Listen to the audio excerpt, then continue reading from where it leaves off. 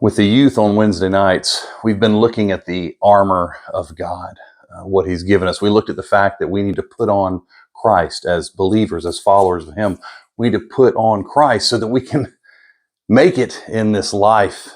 And that He didn't just leave it at that. He gave us some armor, some defensive stuff to take care of us. And so I want us to look at that. You know, we can see that without our armor, we tend to fall, we tend to fail. But God doesn't want us to, and that's why He gives us that extra help. We're looking at the shield of faith. Ephesians 6:16. In every situation, take up the shield of faith with which you can extinguish all the flaming arrows of the evil one.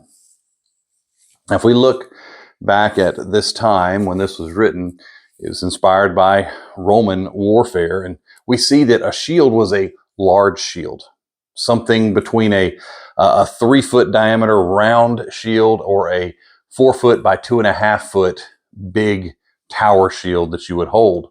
So you could literally hide behind it, crouch down and hide behind it for protection, and you knew that you were safe behind that because there were very few things that could penetrate that and get to you.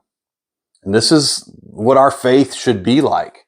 If we have faith, if we have real trust in the Lord, then we know that we're safe in His care. We know that He's going to take care of us. And we know that if we're following Him, we're trusting Him, we have faith in Him, then He's going to guide us to the right places, guide us in the right direction. Last week, we looked at this demon-possessed man, possessed by thousands of demons, that was terrorizing this area. Now, when nobody else could stop him, but when Jesus comes up, the guy runs to him and gets on his hands and knees begging for mercy, these demons begging for mercy. And we saw during that time that they couldn't do anything without Jesus' permission. They had no power. They begged Him not to send them away, not to send them out of that region, and begged Him to send them into some pigs. And Jesus gave them permission. Only then could they do that. So we see that Jesus had more power. Jesus was in control. Well, as God's children, the devil, demons, evil cannot come at us. It can't do anything to us because it doesn't have the Lord's permission. We are covered. But what they can do is try to get us distracted, try to take our focus off, try to make us think about doubts instead of our trust in the Lord. That's what we see from the beginning with Adam and Eve in the garden. The serpent couldn't do anything to them, but he starts talking to them, trying to take their focus off of God's design. He has a suggestion that maybe it would be fun, delightful to do something that is against God's commands. And they mull that over and begin to put their trust, take their focus off of God and put their trust in their ways, their desires, instead of God's ways. And of course, that leads to sin, ultimately to our sinful nature as humans. We see that same idea with Peter walking on the water. And Jesus had already preached. He sent the guys off in a boat.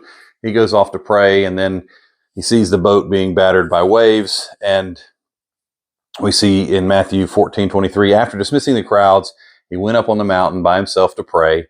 Well into the night, he was there alone. Meanwhile, the boat was already some distance from land, battered by the waves because the wind was against them.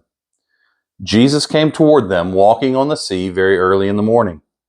When the disciples saw him walking on the sea, they were terrified. "It's a ghost," they said, and they cried out in fear. Immediately, Jesus spoke to them. "Have courage, it is I. Don't be afraid." Now, Jesus was not hindered by the storms or the waves. They weren't bothering him because he was more powerful than they. In Matthew 14:28, "Lord, if it's you," Peter answered him, "command me to come to you on the water." He said, "Come." And climbing out of the boat, Peter started walking on the water and came toward Jesus. So Peter, completely trusting in Jesus, walks on water. That's awesome. I don't know if you can understand this. Have you ever tried to walk on water? I have. I've tried to walk on water, and you can't do it. There's no natural explanation for how Peter was able to walk on the water. I have swam in the Dead Sea that is so thick because water doesn't leave, it just evaporates, and there's so many minerals. It's so thick that you float, but you can't walk on it. You still wade out there, then you can lay down and float nicely, but you can't walk on it. Peter had real faith in Jesus, and he walked on water. Remember, there were waves battering their boat, and that didn't bother him because he was focused on Jesus. He had faith in Jesus, and so he was standing up on the water by faith in Jesus. But, in verse 30, but when he saw the strength of the wind, he was afraid, and beginning to sink, he cried out, "Lord, save me." Immediately Jesus reached out his hand, caught hold of him, and said to him, "You of little faith, why did you doubt?" See, he stopped trusting in the Lord. When he did that, when his faith moved from Jesus to himself, he began to sink. Essentially, he stepped out from behind that shield and got beat down. He let his guard down, and he listened to those doubts. And what happened? He fell. He began to sink. Now, Jesus caught him, which is awesome. It's amazing, and that's a talk for another day, but it's an awesome thing.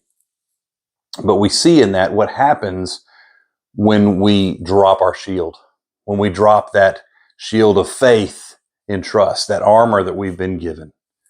Faith and trust in Jesus. That's the stuff that's the thing that keeps us going through the craziness of life. That is what helps us to be able to stand when life seems like a storm or life seems like a battle. We can stand up if we're focused, if we're trusting in the Lord, that shield of faith. Another thing that's really cool about that is he didn't just give us that to be our defense, but so that we can help each other out. Another technique that soldiers would use at this time would be to combine their shields. They would come together and put shields side by side, and then others would come up and hold their shield above them. And so they would form a sort of tortoise shell. So they were completely protected when they worked together, when they came together.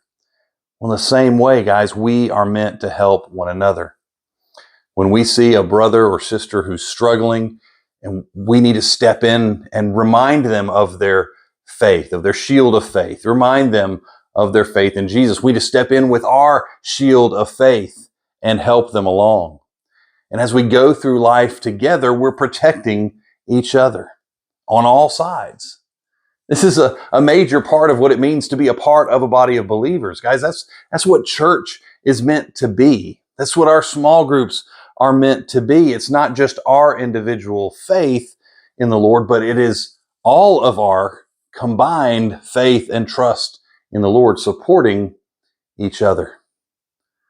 It's a pretty awesome thing. It's a real shield of faith that gives us help on all sides, and it keeps us safe, and it keeps our focus on the Lord.